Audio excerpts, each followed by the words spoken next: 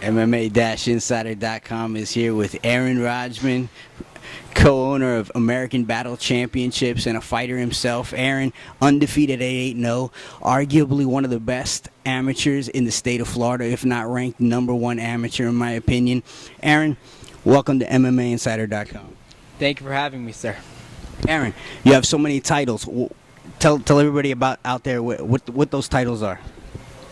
The titles that I've earned, thank God, are the Alpha Fights title, which is the first company I really fought with for a long time, and AFN, American Fighting Nation, Amateur Fighting Nation, as well as ISK, International Sanctioned Karate Association, and WFO, World Fighting Organization title. So thank God I have 4 right now. And that ISK title, that's a state title, correct? Yes, sir. I think they all are.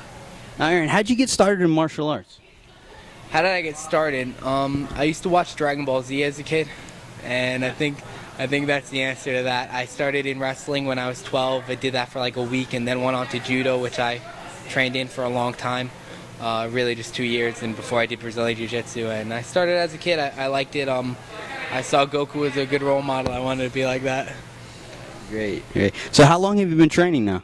I've been training, like I said, since I was 12, and I'm 20 right now. So 8 years of training. Man's accomplished a lot in a short time. Aaron, what advice would you give to a youngster out there who wants to get involved in martial arts? Because, in my opinion, it's the fastest growing sport in the world right now. Yeah, I hear a lot guys saying, don't get in MMA for money. And maybe that's right. But if we're talking about martial arts, I suggest everybody should do it. It's something that has brought discipline into my life, something productive to do, something that my little siblings can also get involved in and be a part of. That's something that's positive, something character building. I mean, I have just a million good things to say that martial arts has helped my life, brought me from being arguably a very bad person to hopefully a somewhat good person. So I think martial arts are good for everybody. Great. Now, what part about MMA inspires you the most? What part of MMA inspires us the most? When we talk about MMA, a lot of times you say anything can happen. I told my coach one time, anybody can get hit with an overhand right, and he's like, no, you can't. Move to the right.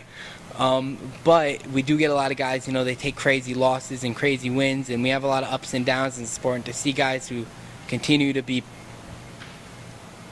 there through all the wins and losses and everything that comes with it, both are hard.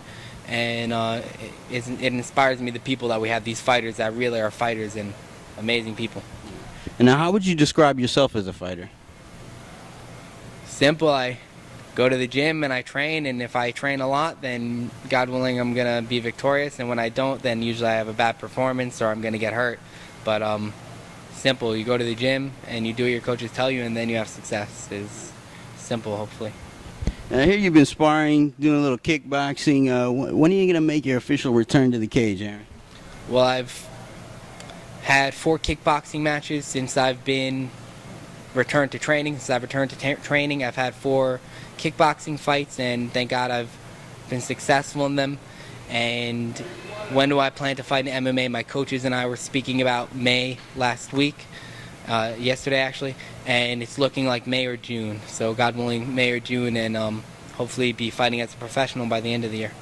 Great. Do you have any short-term goals throughout the rest of your amateur MMA career? Sure. Improve is the #1 goal. To open my head when I'm in the fight and to be relaxed, to do lots of different things, and then just to gain back the trust of my coaches and all the people that in the last year of myself not training and not fighting and not training, of course, I've lost a little bit of trust, I feel, at the gym and and some other things that I've done. So those are my goals, just be consistent in throughout my amateur career. And I know with the sport of MMA, it requires a lot of heart and a lot of dedication. And is there anybody you want to thank, any sponsors that have helped you along the way? I mean, sponsors and of course everything comes from God. I try to recognize that. I have Usaware is my #1 sponsor, along with Underground Reptiles. Those 2 are my #1 sponsors. And Usaware.com is MMA gear and martial arts gear, some of the nicest looking clothing you really ever see. And we also have other sponsors, Pocket MMA and One City Promotions has been a sponsor for me, and I'm very appreciative of all the work they do, and you can check them out. They do promotional gear Just look up One City Promotions. And aside from that, I want to thank American Top Team. You know, a lot of craziness in this last year, and the fact that they've allowed me to be a part of their team and be a part of their association it means a lot to me. Well, hey, Aaron, on behalf of MMAinsider.com, we wish you the best of luck, and we thank you for your time. Thank you, sir. All right.